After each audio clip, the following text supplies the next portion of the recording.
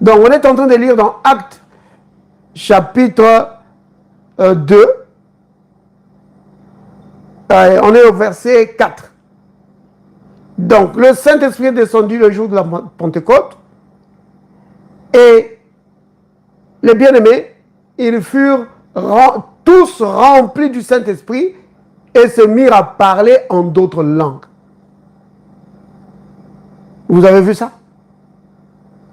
Donc, en fait, il y a deux choses qui se sont accomplies ici. La promesse du Seigneur pour le baptême du Saint-Esprit et le parler en langue. Parce que le Christ avait déjà dit ça dans Marc 16, au verset 17. Il dit, voici les signes qui vont accompagner ceux qui croiront. Parce qu'il dit à ses disciples, allez prêcher dans le monde entier. Il dit alors, voici les signes qui vont accompagner ceux qui vont croire. Et donc, dans d'autres versions, on dit les miracles. Et moi, je dis le surnaturel. Donc, je peux paraphraser ce verset en disant, voici la vie surnaturelle que va vivre celui qui va croire en moi. En utilisant mon nom, il va chasser les démons. Et en utilisant mon nom, ils parleront des nouvelles langues. Vous voyez, quand le Christ leur a parlé de ça, de parler en langue, ils se demandaient ce que c'était. Parce que le parler en langue n'avait jamais été, pratiqué avant ce jour-là de la Pentecôte. Quand le Christ leur a parlé de cela, c'était juste une promesse. Ils devaient se demander ce que c'était. Et ce jour-là, le jour de la Pentecôte, quand le Saint-Esprit est descendu, ils ont commencé à parler en langue. Oui. Selon l'inspiration de l'Esprit de Dieu. Dans la pratique, ça se présente comment? Dans la pratique, c'est comme des paroles. Mais des paroles qui n'ont pas de sens pour toi. Oui. Oh, moi, je me souviens. Je dis, mais une parole qui monte. Je dis, mais cette parole, c'est quoi? Ça n'a pas de sens. Après, je me dis, ouais, c'est justement ça. C'est justement ça le parler en langue. Je dis, ok, je le prononce. Je prononce. Pour mon cerveau et mon raisonnement cartésien, c'est de la folie. Mais pas pour l'Esprit de Dieu. Vous voyez? Parce que nous sommes habitués à prononcer des paroles qui font du sens. Oui, qui font du sens, des paroles qui font du sens dans leur signification et dans la composition grammaticale de la phrase. Ça doit faire du sens. Oui. Mais là, une parole qui monte, dont tu ignores le sens. Tu dis, mais c'est quoi cette parole? C'est cela. Et c'est ce qui bloque parfois les gens. Ils disent, non, non, non. Prononce-la. Je me souviens, il y a un serviteur de Dieu qui est maintenant auprès du Seigneur. Il s'appelait Merlin Carotter. Quand Merlin Carotter a participé, Merlin Carotter c'était un presbytérien. Alors il avait été invité dans c'était une retraite là, des pentecôtistes. Il était invité. Et il est parti là-bas. Quand il est arrivé, alors il y a quelqu'un qui devait prier pour lui, et c'était une sœur. Et lui, avec tout ce qu'il avait comme bagage spirituel, il trouvait déshonorant et anti-biblique qu'une sœur prie pour lui. Une sœur qui se disait être une servante du Seigneur. Il dit, ah, une femme. Parce que pour lui, la femme doit s'asseoir là et se taire. Mais là, c'était une femme qui devait prier pour lui. Il n'était pas à l'aise avec ça. Alors, la femme lui a imposé les mains. Elle a prié pour lui. Après, et il était accompagné, mais là, Carter, il était accompagné par un autre serviteur. C'était son ami. Ils servaient tous dans la même dénomination, dans la même organisation, donc des presbytériens. Et la dame là a prié pour les deux. Et elle leur a demandé, est-ce qu'il y a quelque chose qui s'est passé? Ils ont dit non, rien. La dame dit, ok, je vais vous imposer encore les mains. Et je vais prier dans une autre langue. Et après, vous allez voir. La dame leur a imposé les mains. Et elle a prié en langue. Et puis après, il leur a dit, mais est-ce qu'il y a quelque chose qui s'est passé?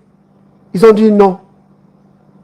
Il leur a dit, mais est-ce que vous ne sentez pas qu'il y a des paroles qui montent dedans de vous?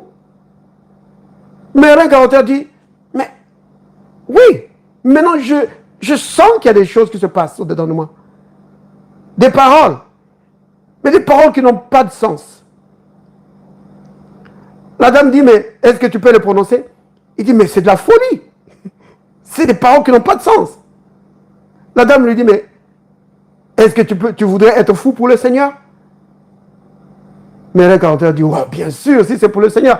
Alors, il a commencé à prononcer ces paroles-là. Quand il a commencé à prononcer ces paroles qui n'avaient pas de sens pour un officier de l'armée américaine, parce que c'est ce qu'il était, il était un aumônier et c'était un officier. Il a commencé à prononcer ces paroles. La puissance de Dieu a envahi son être. Ouh! Oh là, il a commencé à parler. Et son ami aussi a commencé à parler en langue. Mais de plus belle que quand ils ont commencé. Vous voyez? C'est comme ça que ça se passe. Maintenant, bien aimé, la raison pour laquelle je parle de tout ça, c'est pour montrer un peu comment les choses se passent. Parce que le but de cet enseignement d'aujourd'hui, c'est de montrer que Dieu a plusieurs façons d'agir. Quand il s'agit du baptême du Saint-Esprit, il y a plusieurs façons d'agir. Quand il s'agit de la manifestation du Saint-Esprit, quand il s'agit du parler en langue et d'autres dons. Il y a plusieurs façons d'agir. Il n'y a pas qu'une seule façon. Maintenant, tout à l'heure, nous avons lu dans Actes chapitre 2, à partir du premier verset. Vous avez vu que les disciples du Seigneur étaient tous dans un même lieu, attendant l'accomplissement de la promesse. Et tout à coup, il y a eu le bruit d'un vent impétueux. Vous voyez, et puis les langues de feu au-dessus de chacun d'eux. Et après, ils furent remplis du Saint-Esprit. Mais non, ce qu'il ne faut pas manquer de voir, la bien-aimée, c'est que personne n'a imposé les mains à ses bien-aimés.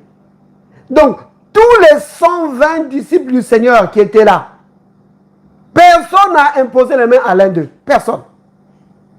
Le Seigneur lui-même, souverainement, les a remplis du Saint-Esprit. Vous voyez, ça c'est une façon. Mais non, tout à l'heure je vous ai parlé de l'expérience de Merlin Carter et de son ami. Maintenant, comment on peut savoir que c'était vraiment le baptême du Saint-Esprit qu'ils ont reçu? Ben, c'est avec le fruit. Vous allez voir maintenant ce qui va suivre.